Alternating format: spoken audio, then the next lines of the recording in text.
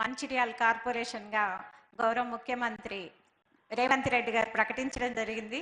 దానికి వారికి మనం ధన్యవాదాలు తెలియజేయాల్సిన అవసరం ఉంది. అయితే ఎక్కడైతే మనం ఉన్నామో ఇది నస్పూర్ పట్టణం. ఇక్కడ మౌలిక వసతుల కల్పన అనేది సరిగా లేదు. రోడ్లు, డ్రైనేజ్ సమస్యలు ఉన్నాయి. సింగరేణి భూములలో ఎవరైతే ఇల్లు కట్టుకొని ఉన్నారో వాళ్ళకి ఇళ్ల పట్టాలు ఇవ్వాలి అని చెప్పేసి వాళ్ళు కోరుతున్నారు. అలాగే రిటైర్డ్ సింగరేణి ఎంప్లాయీస్కి రేషన్ కార్డ్స్ కూడా ఇవ్వాలని చెప్పేసి కోరుకోవడం జరుగుతుంది.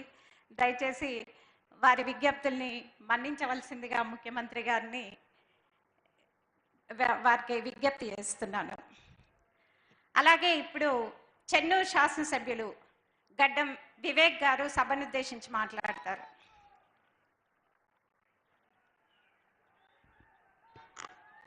అందరికీ నమస్కారం.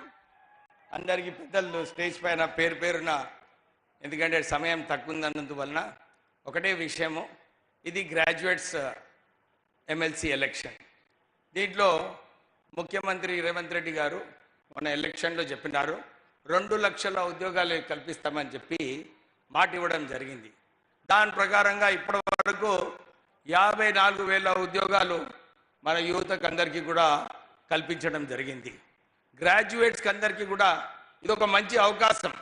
ముఖ్యమంత్రి రేవంత్ రెడ్డి గారు ఏదైతే మాట ఇచ్చారో అవుట్సోర్సింగ్ని దాన్ని పర్మనెంట్ చేయడము, కొత్త ఉద్యోగాలు రావడము, కొత్త డిఎస్సి, మొన్న డిఎస్సిలో 10,000 ఉద్యోగాలు వచ్చినప్పటికీ కూడా మళ్ళొక డిఎస్సి పిలిపించి ఇంకా ఎక్కువ ఉద్యోగాలు భర్తీ చేస్తామని చెప్పి వారు మాట ఇవ్వడం జరిగింది. ప్రత్యేకంగా మన మంచిర్యాల డిస్ట్రిక్ట్కి ఒక పవర్ ప్లాంట్, మన సింగరేణి పవర్ ప్లాంట్ని 850 మెగావాట్స్తోని ఇంకొక ఎక్స్పాన్షన్ చేసిన తర్వాత అక్కడ కూడా 5,000 ఉద్యోగాలు కల్పించడం జరుగుతుంది. ఇవన్నీ కూడా మన మంచిర్యాల డిస్ట్రిక్ట్ గ్రాడ్యుయేట్స్కి ఉపయోగపడుతుంది. మీరందరూ ఇది గమనించి ఈ ఎలక్షన్లో మన నరేందర్ రెడ్డి గారిని మీరందరూ ఓటేసి గెలిపించాలని చెప్పి కోరుతూ, దాంతోపాటు మొన్న ముఖ్యమంత్రి గారితో మాట్లాడేటప్పుడు ఇదే చెప్పినాము, మా ప్రాంతంలో చాలామంది బీద ప్రజలు ఉన్నారు, మీరు ఎస్సీ ఎస్టీ బడ్జెట్లో ఏదైతే 15 నుంచి 18% వరకు ఈసారి బడ్జెట్లో పెడతానని ఒప్పుకున్నారో దాని వలన చాలామందికి ఉపయోగపడుతుంది. ప్రత్యేకంగా ఇక్కడ ఏదైతే మీరు పోయిన ఎలక్షన్లో మాట ఇచ్చినారో ఒక నేతకాని కార్పొరేషను, లిడ్ క్యాప్ కార్పొరేషన్ని మళ్ళా దాన్ని రివైవల్ చేస్తూ మాలా కార్పొరేషను, ఇవన్నీ కూడా ఈ 15%లో వస్తుంది ముఖ్యమంత్రి గారు. సో ఇది ఈ బడ్జెట్లో, ఎందుకంటే ఐటీ మినిస్టర్ గారు కూడా ఉన్నారు, మొన్న అసెంబ్లీలో వారిని కూడా విజ్ఞప్తి చేశాము, మీరు ఈ బడ్జెట్లో ఈ నిధులు కేటాయిస్తే డెఫినెట్లీ గ్రాడ్యుయేట్స్ అందరికీ కూడా ఉపయోగపడుతుంది.